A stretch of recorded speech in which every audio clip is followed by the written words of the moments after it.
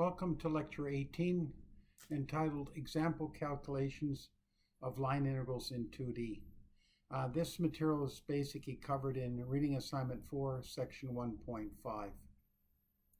The objectives are to do a number of worked out examples showing 2D contour integrals for circulation, flux, and parametric form, contour integrals solved using the explicit representation and the computation of an average. And the concepts and visualization skills that you'll be dealing with here are, of course, as before, the position vector, tangent vector, normal vector, parametric and explicit representation of a contour, and the computation of circulation flux integrals in 2D. As usual, the second slide is just a summary of the slides to follow, so we'll just skip over them. All right, so here's a sort of a step-by-step procedure if we're doing a 2D circulation and flux integral calculation using contour parameterization. So the first thing to do is to determine the position vector or vectors, including the bounds on the parameterization variable. Recall that if we're dealing with a contour which is smooth, everything can be done basically just with one contour. But if it's discontinuous, then we'll have to parameterize each segment of the total contour independently. Second thing is determine unit tangent vector or vectors, again depending on whether it's a continuous contour or a discontinuous contour, and unit normal vector or vectors. And the third thing is to compute the circulation and flux integral. And so in this case, basically, if we're given a vector field F, which has got an x and a y component, both of them being functions of x and y, then the f has to be converted into a function of t, which means that once we've determined the position vector, x is replaced by x as a function of t, and y is replaced by y as a function of t. All right, so let's basically go through sort of a summary of the setup. So the first step would be determine the position vector for a line segment. And so that means you have to first figure out what that parameterization should be. So let's just assume it's some arbitrary x is a function of t, y a function of t, and t will vary between a lower limit and an upper limit, ta and tb respectively. Once you've done that, the next step basically is to compute the unit vectors. So we would want the unit tangent vector and the unit normal vector. The unit tangent vector is obtained by taking the derivative of the position vector with respect to the parameterization variable t and dividing by the magnitude of the derivative vector. And ds, that's the magnitude of the arc length, would be just the magnitude of the derivative vector, dt. The unit normal vector, as described earlier, would be just a matter of swapping the two components in the tangent vector and making the y component of the new vector negative. So we end up with y naught negative x dot divided by the magnitude of the vector r dot. And ds would be the same, so nothing has changed on that front. Okay, so be careful. Warning. When selecting a parameterized representation of the contour, the parameterization variable's value should be increasing as you traverse the line segment. That is, dt must be positive. Again, this is a convention. When we talk about directions, we're always talking about moving outwards from a reference point. And so you need to basically obey this convention. Otherwise, you'll always find out that you'll end up with a negative sign when there shouldn't be one. All right, and what about now the third item, which is the calculation of the circulation and flux integrals? Well, circulation would be f dot TDS, but the TDS gets replaced by x dot y dot dt. And for the flux case, the ns ds gets replaced by y dot minus x dot dt. So this is more or less the procedural side of things. All right, so let's go through this example here. We're going to basically compute a circulation and a flux, and it's going to be for closed contour. And so we're given the vector field, which is y squared x squared, and the region over which basically we're going to have a contour that bounds that region. The region being 1 is less than or equal to x squared plus y squared less than or equal to 9, and y is greater than or equal to 0. That is more or less like a half a donut, all right? And so that's depicted in the picture below. And the problem statement is compute the circulation and flux over the contour that bounds the region R and assume the contour is traversed in a counterclockwise direction. And so we're basically going to start here. You can start anywhere you want, but in this particular problem, I've started here. I walk around here. And this is one continuous smooth surface, so we can define basically a tangent vector along this periphery. Then we need a new tangent vector to define what happens on this periphery, a new one here, and finally a new one here. So we need 4 segments. That means 4 position vectors. And so they're labeled 1, 2, 3, and 4. Okay, so 4 discrete segments. Second thing is parameterization is not unique. That is, you can choose any which way you want to parameterize, but typically you pick the simplest form to make your life that much easier.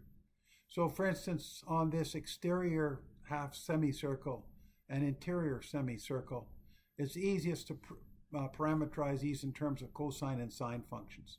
So for this one, again, because we're going in a counterclockwise direction, as we advance t, we should be moving in this direction with the position vector. So if you look here, R1, 3 cos t, 3 sine t, from 0 to pi. So at 0, position vector would be pointing here, and at pi it would be pointing here. In between, it's pointing in arbitrary direction. For this segment here, it's along the x-axis, so you can see there's parameterization variable t along x, no y component, and it goes from -3 to -1. So t is advancing, going from -3 to -1, which is what we had stated on the previous slide. R3 would be in the opposite direction around the inner contour. So this one is a radius of 1. This was a radius of 3. In this case, this is minus cos t sine t, going from 0 to t is less than pi. Again, t is always advancing. So we'd start here, position vector here, here, and eventually end up here. And lastly would be this segment here, right, along the x-axis again, the parameterization value of t. We start with t equals 1, finishing with t equals 3. So these are the 4 segments, right, which allow us to go once around the contour, forming a closed contour. So the next step is to compute TDS. So that means we have to take derivative with respect to t for all 4 of these position vectors. And so if you do that for the first one, and the second one, and the third one, and the fourth one, you'll get these results. So you can go through the exercise just to compute the derivatives. For NS, DS, all you have to do is swap these two and make this minus. So for instance, the 3 cosine t appears here, and the -3 sine t would appear here, but you multiply by -1, so it becomes 3. You can do that for the remaining 2 to obtain what these vectors would look like when you go to compute NS, DS. The vector field is actually shown here as well in terms of red lines. This gives you an idea what that vector field looks like. It's a 2D vector field. Okay, so next step basically is to compute the circulation and flux. All right, so for circulation, it's a closed contour, so we have the closed contour symbol here. And so this would be segment 1 contribution, segment 2 contribution, segment 3 contribution, segment 4 contribution. These 2 contributions shown in yellow will be 0 because you can see if you take the dot product, this will be 0. Right? Now, if you do the dot product, it means you're taking this times this plus this times this, and then that's integrated with respect to dt. And you're adding it to this times this plus this times this, integrating with respect to dt. These basically have the same upper and lower limits, so they can be grouped together and to form this combination. If you work through this integral, you'll end up with -104/3. For flux, basically, everything is the same except that this now represents NSDS for this segment 1. This is the NSDS for segment 2, and this is the NSDS for segment 3, and then the NSDS for segment 4. All right, so you can basically put these together, all right, and what you'll end up basically with is a grouping of this one with this one because they have similar upper and lower bounds, so that's all these 4 terms, and then the remaining 2 terms. If you work this out, you'll end up with an answer of 0. All right, so now let's look at the explicit representation of a contour integral. So I've given you basically this information. You're given the following 3 points on the xy plane, 0, 0, 1, 0, 1, 1, and the points are connected by the following line segments. Okay, y equals 0 from 0, 0 to 1, 0. All right, so that would be basically segment A, which is right along here. The second segment, which is segment B, is this segment here, which is when x equals 1, and from segment T, and this basically is just a vertical line. From here to here, it follows the path of a parabola, and so y is equal to x squared, and so this is segment C, and this forms a closed contour. And you're given a 2D vector field which has this form, y and minus x. So we're going to assume a counterclockwise traversal of the contour, which means we're going to integrate around here, all right? And we're going to compute the circulation integral using explicit method. So if you go back basically a couple of slides, in fact it probably would have been on the previous lecture, then you will have an explicit representation of the circulation integral would take on this form here. Okay, so again, here's the vector field that we're dealing with. So we can substitute these values in. We have f of xy of x dx plus g xy y dx. F of xy is y, and g of xy y would be equal to minus x. So there's the minus x term showing up, and there's basically the y of x term showing up right here. So this basically, for this given vector field, has this form. And again, we're integrating over closed contour. So a couple things. First is to express y as a function x for the closed contour integral involving d of x. So you'll notice that this is formed in this fashion. And express s of x as a function of y for the closed contour integral involving dy. So again, this is always going to be a function of y. There will be three separate integrals comprising the closed contour integral. One for segment A, one for B, and one for C. So we're going to do this integral in two steps. First, we're going to solve this integral, and then we're going to solve the integral with respect to integration of dy. So for segment A, for the first part here, y equals 0. For segment B, function for y does not exist, and dx equals 0. And for segment C, y equals x squared. So we can basically do all three integrals. The first one didn't exist, so it's 0. 0 dx plus this integral. Well, this is 0, and this one will give you minus 1 over 3. All right, for the second part, that's the integral of closed of xy dy. All right, function for x does not exist, and dy equals 0. In segment B, x equals 1. And segment C, x equals the square root of y. All right? All right, so let's go through each one in turn. So we have basically the first part, nothing exists, so it's not there. The second part was x equals 1, which is this term. And lastly, this term. Now I multiplied through by negative 1 here because, in fact, in the integral, it was minus xy dy, not xy dy. So that's why we have the negative sign here. Now if you do this computation, you end up with minus 1/3. If you put the two together and just add them, you'll end up with minus 2/3. So that's basically doing a closed contour integration, circulation, assuming the explicit method. Okay, so now let's look at the computation of an average, an example. So the problem statement is that the temperature of a circular plate, right, which is defined by a region x squared plus y squared less than or equal to 1, is T of xy equals 100 x squared plus 2y squared degrees centigrade. Compute the average temperature on the boundary of the plate, which is the periphery of the circle of radius 1. Again, by definition, the average temperature would be to take the quantity of interest and integrate it over the path, which in this case would be around a closed circle of radius 1, and then divide by the length of that curve. Of course, this is just a sort of a diagrammatic way of showing things. This is not how we physically would do the calculation. So first thing would be to come up with a position vector. And so the contour in this case would be x equals cos t, y equals sine t, and 0 is less than or equal to t is less than or equal to 2 pi. And so this position vector, if you scan it once around the circle, that's from 0 to 2 pi, you're mapping out the full circle of radius 1. If you want now r dot, which you'll need if you're going to determine the tangent vector, then it's derivative of this with respect to the parameterization variable t. So this is minus sine t cos t. And ds would be just the magnitude of this, dt. And so in this example, x dot squared plus y dot squared basically turns out to be 1 because this ends up being cos x dot squared is just going to be equal to cos squared, and this is sine squared. Cos squared plus sine squared equals 1, so this just becomes dt. All right, so now we take the integral, closed loop integral ts ds, and put it into a calculable form, which means x and y are described in terms of functions of t, which are in fact the components of the position vector. Integrate of dt, the lower and upper limits are the range for the position vector. So we make the substitution for t, which is here, and then we substitute for x and y, which is cos and sine. So we're now integrating a function which is purely function of t. If we do this calculation here, we end up with 300 pi.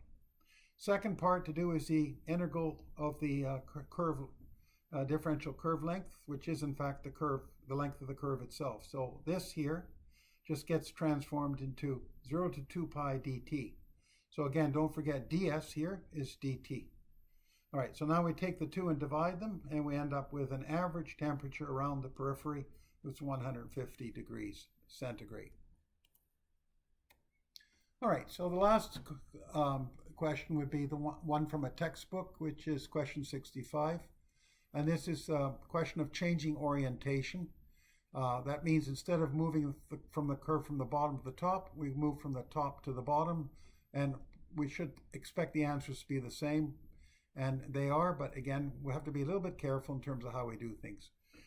So we're going to let f of xy, a scalar, be equal to x, and let c be the segment of the parabola y equals x squared, joining the point 0 and 0 and 1 and 1. And the first part of the question is find a parameterization of c in the direction from 0 to p, and evaluate basically this integral of the function f ds over the arc length.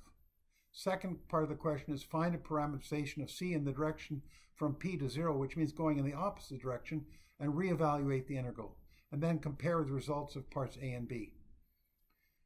All right, so again, the solution then is when integrating a scalar function along the curve path, we need to ensure that the differential variable line parameterization dt or explicit representation d of x are in the positive direction. Therefore, we always integrate from a less positive number to a more positive number. Okay, so let's look at the first part of the question, part A, going from 0 to p.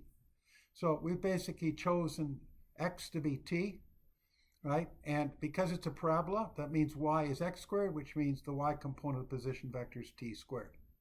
Okay, so this is more or less explicit. This is basically a means of parameterizing the position vector. And we're starting at 0, 0, 0, which is basically what we indicated, 0, 0, and we're going to finish at 1, 1. You put 1 in here, this is a 1, so they're both 1, 1. So this is the correct position vector for that parabola going from point O to point P. We need r dot because we're going to compute a tangent vector, which means you take the derivative of this becomes 1, 2t, and d is just the magnitude of this, dt, and this is just square root of 1 plus 4t squared dt. F of s just becomes t, again because we've chosen x to be t, and the integral is pre-multiplied by f of s, which is t, so this integral now becomes 0 to 1 t square root 1 plus 4t squared dt. You can do this integral and you end up with this expression here. All right, now let's go from p to o. And so now here where it's very clear that you have to set up in such a way that t is always advancing in a positive direction.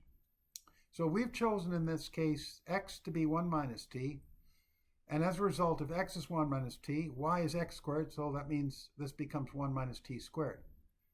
Now let's just put the value of 0 in. What do we end up with? We end up basically with the value of 1, 1, which is the endpoint p. If we put in 1, we get 0, 0, which is the endpoint o. So this is correct. And it's moving in a direction from p to o, but t is advancing in a positive sense. So our parameterization that we've chosen is in fact correct. You could have chosen something else, but t should be advancing as you move from point p to o. Take a derivative now basically of this with respect to parameterization variable t, and this just becomes minus 1, minus 2, 1 minus t. And ds would be just the magnitude of that, dt. In this case will be just 1 plus 4, 1 minus t squared dt. And f of s in this case, which should be x, is now 1 minus t. So if we put 1 minus t in here, 1 plus 4 square root of 1 minus 4 times 1 minus t squared square root dt. If we integrate this, lo and behold, this is consistent with this, which it ought to be. So the answer to part C is the same as should be. So that concludes lecture 18. Thank you for listening.